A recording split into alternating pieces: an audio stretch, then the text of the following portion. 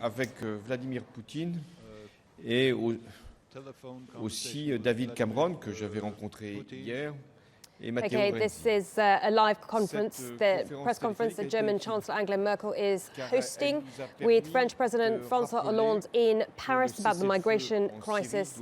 Let's have a listen. Possibility to remind that the ceasefire in Syria must be respected by all, and that the only actions that can be tolerated are those that are directed towards Daesh and al-Nusra. All other initiatives would be a violation of the ceasefire and would be a pretext not to implement it. But we have witnessed that this was a common will, and that on the ground it is globally observed. We also want that humanitarian aid be given in the best of possible conditions to the civilian population which is victim of this conflict. And we have decided, all participants, to coordinate all our efforts to bring, especially to Aleppo, but not only to Aleppo, all the support and help that is indispensable.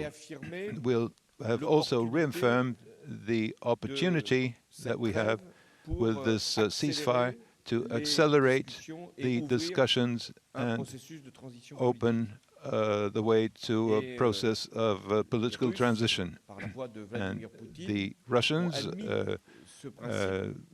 through Vladimir Putin, have accepted this principle on the basis of the UN resolution. We will certainly have new telephone conferences to follow up this process of political change. So we have now a chance to appease the situation on the ground, to make life possible for Syrians, a reality that has been unbearable, and to be able to start political negotiations that will help us to find a solution and put an end to this war, which have caused 500,000 deaths. Then we talked about the situations of refugees. Of course, the two questions are linked. If we solve the situation in Syria, we will necessarily be able to help with the situation of refugees for those who are already now in Turkey, Jordan, Lebanon, and also others that are moving all over Europe. So the answer that we have come up with Mrs. Merkel is Europe. Europe is the actor who must bring about the solutions that are expected. So we will have a council, European Council, Monday, which will receive Turkish ministers, and we will talk about Syrian refugees that are fleeing from the war should be received as close as possible from their country, in other words, in Turkey, in Lebanon, and in Jordan. And we will bring all the indispensable help for this process. And when these populations reach the frontiers of Europe, we must make sure where they come from, what route they've followed, and what are their rights, especially concerning asylum. So we need to ensure the control of our external borders, and we'll be talking about this with Turkey and with other people involved. We have made progress recently because finally we have been able to implement some decisions. And NATO has decided to provide its ships between Greece and Turkey on the Aegean Sea, and France itself will provide one boat to take part in this effort. And we will be working with Frontex because Frontex is responsible for this issue, and Turkey will be negotiating with Frontex and with NATO so that we have efficient control. We also need to ensure the proper functioning of hotspots in Greece so that we can receive people who have the right to asylum and those who will not meet these conditions and will have to be accepted by Turkey. And we will do our best that people who received these refugees do it in a way that will ensure their dignity. We want to make sure that engagements are respected, cooperation with Turkey, in other words, to make the frontier as close as possible and help Greece so that it can receive the migrants in the best possible manner and possibly lesser quantity than before. And then we need to implement Schengen and to reinforce our means and work together with the people, the countries of the Schengen space, so that we can implement a proper system. So we need to take our responsibilities for decisions that have been taken, make sure that Turkey respects its engagements and help her to do so, make sure that Greece is supported through European solidarity with procedures that follow what we have established within the Schengen space. France and Germany work in the same spirit and the same will, and France will meet all its engagements, especially concerning mechanism of distribution. We have accepted to receive 30,000 Iraqi and Syrian refugees, and we will do that.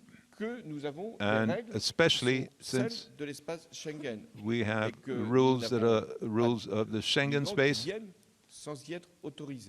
and people cannot enter without authorization. And France will respect its engagement. Each and every country must respect its engagement so that we can face this situation that I've described. I will end with one point which we were supposed to handle in our meeting, and that will be also treated on the 14th. And this has to do with agriculture and questions of related to wheat and ports, and where all European countries must take their decisions. Possibility to be today in Paris and to prepare the Council of Monday. It was important to say that when we spoke on the phone with Vladimir Putin, and I want to insist on the fact that the ceasefire is very important. It is a message coming from the Russian president as well. except the struggle against Daesh and al-Nusra front. We asked Russia also to be influential in order for that to be also valid for the regime Assad and the situation in Aleppo. We all agreed and said that the political process should be as quick as possible because it is the basis of a transformation, and it is also an important element to improve the humanitarian situation. We spoke how we can help more, how our humanitarian aid can be stronger, and this will be a very good message for people living still in Syria. And of course, we all together explained clearly that we are supporting Mr. Mistura, and it was also very important to speak as Europe with the Russian president, because now there will be more and better contacts between the States and Russia, and we also have here a common responsibility. And as the French president, Mr. François Hollande, said a while ago, the situation in Syria has a lot to do with the question of refugees, which will be taken on the Council of Monday. We want to protect our external borders in order to have free circulation in Europe and not to have such strict controls at the frontiers and at the borders. But it is a question of security. We have to know who comes to Europe, and Greece is here, of course, very important, as well as Turkey. So I think that on Monday, the Council will meet the Turkish Prime Minister, Mr. Ahmet Davutoğlu, to speak about this point. We are going to see what Europa is doing in order to develop humanitarian aid and to really implement what has to be done with 3 billion euros. But there are also a lot of things which should be done to struggle against illegal immigration. There are a lot of preparations which have started, and I am also very happy to see that there will also be a boat given by France for the Aegean Sea for a better monitoring. We are going to speak also with Turkey for the readmission of refugees from Greece to Turkey, how we can organize that, and all these negotiations are very important for a European solution. We are convinced that we don't have to take individual decisions, but common decisions. Even if there are less refugees coming now to Germany, it is not a sustainable solution, because on the other hand, Greece has a bigger problem, but we have to find a European solution, which is called protection of the borders and supporting Greece. And I hope that we all together will make progress. And I am convinced that the work of Donald Tusk and the work of the Commission will also help us. Of course, we spoke also about agriculture. Agriculture is an important issue in Germany and in France, and our ministers of agriculture are working here very intensely to find a common solution with the Commission, and this is also a very good signal for people working in agriculture. Theo Koll, Zweites Deutsches Fernsehen.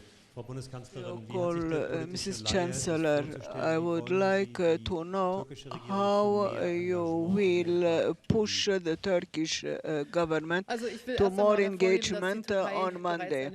I wanted to tell you that Turkey has also already taken very important measures. For instance, visa measures for Syria and Lebanon, for people coming from Iraq, Afghanistan or Iran. The Turkish government has, besides of that, done something very important in order for the refugees not to be far away from their origin countries. Refugees have got now the permission to work in Turkey. Turkey has also signed 2 MOUs, and the Turkish government agrees for more transparency for the control of the GNC by the NATO, and there is also the question of readmission. The Turkish government is going to take back refugees from Greece to Turkey. Of course, it's a very complex process. The numbers of the refugees are still very high, but compared to October, November, there is also an important decrease. And I think that in autumn there was a change. Of course, it is not the end of our efforts, and that's why Monday is so important. And I understand very well that Turkey waits some things from us, from Europe. And we hope that there will be also projects for refugees. This is for me very important, and there is also an agenda for working with Turkey concerning the chapters and so forth, which we are going to speak also on Monday. Bonjour, Béatrice Adjage de RTL. Est-ce que Vladimir Poutine vous a paru prêt à améliorer la trêve en Syrie? Do you feel that the ceasefire will be improved, and do you think that Putin will be ready to start political negotiations during the ceasefire? And I would also like to know why Mr. Erdogan would be ready to save Europe. Of course, he will receive 3 billion euros, but why should he help us more? What would be his motivations? He's already helped us a lot. And is he ready to have NATO ships and Frontex ships to enter Turkey's waters? Concerning Putin, Putin has expressed his will to have the ceasefire respected and to make sure that there would be no bombing of the civil population. It is also, I must say, in the interest of all, because that will make it possible to open up the negotiation stage. We cannot have negotiations while bombings are continuing to take place. And of course, we need to help the civilian populations, because we are dealing with humanitarian tragedy in Aleppo and elsewhere. And the people in charge would be severely judged if the situation continued. So we need to be able to bring help to the cities that are experiencing this tragedy. Concerning the discussion that will start in Geneva, I cannot speak for Vladimir Putin, as I wouldn't expect that he should speak for me, but we're dealing with a real negotiation, with a real process. Otherwise, the opposition will not come to the table and prepare the future of Syria. And now I'm speaking for France. The idea that we can have elections in July in Syria is really a provocation, and it's completely irrealist, and that would, in fact, prove that there are no real negotiations taking place. And concerning the will of Turkey and Mr. Erdogan, I want to refer to what Angela Merkel has said. Turks have received 2,500,000 refugees, so it's quite legitimate to help them, as it is to help Lebanese and Jordanians. And Mr. Erdogan has an interest in having less refugees, and that a part of these refugees could leave the camps where they have to stay, and that they can stay and they can be integrated in Turkish society, as this has been made possible with the provision of the right to work. Of course, there will be other problems and also advantages for Turkey. We need to now solve the problem in Syria so that Mr. Erdogan understands that we're not talking only about refugees, but that we are trying to solve the whole Syrian problem. Okay, let's leave that press conference there. It was French President François Hollande and German Chancellor Angela Merkel there in Paris. They've been meeting to discuss the refugee crisis and the situation in Syria. We can go live to Simon McGregor-Wood, who joins us from London to discuss that press conference further. Simon, you were listening to that as I was. And very much the message there was, Turkey is key to solving this refugee crisis. But it was interesting that journalist asking President Hollande, why should President Erdogan, why should Turkey save Europe? And that indeed is the question. What is President Erdogan going to want in exchange for that? Yes, and I thought the final section of François Hollande's comments there was crucial, because he was trying to do something there.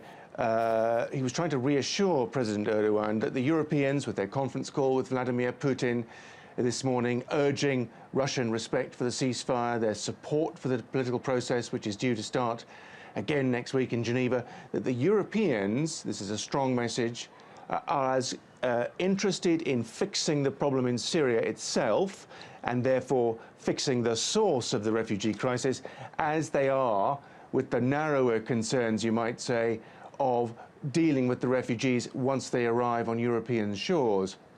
There has been criticism, I think, from the Turkish government that the Europeans are now very excited and in a panic about stopping the refugees reaching Europe, where they should have been a little bit more engaged in trying to fix the process in Syria and stop the civil war, and then perhaps not so many refugees would have arrived in Turkey and then have sought passage onto the European Union from Turkey.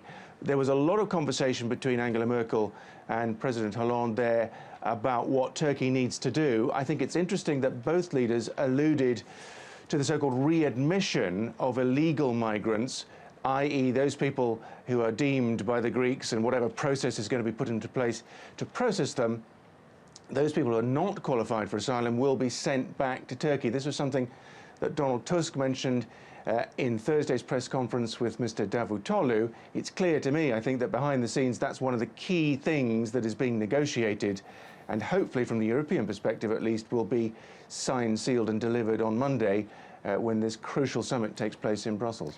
Indeed, we're going to have to wait and see. All eyes on Turkey. Many thanks, Simon McGregor-Wood, joining us there from London.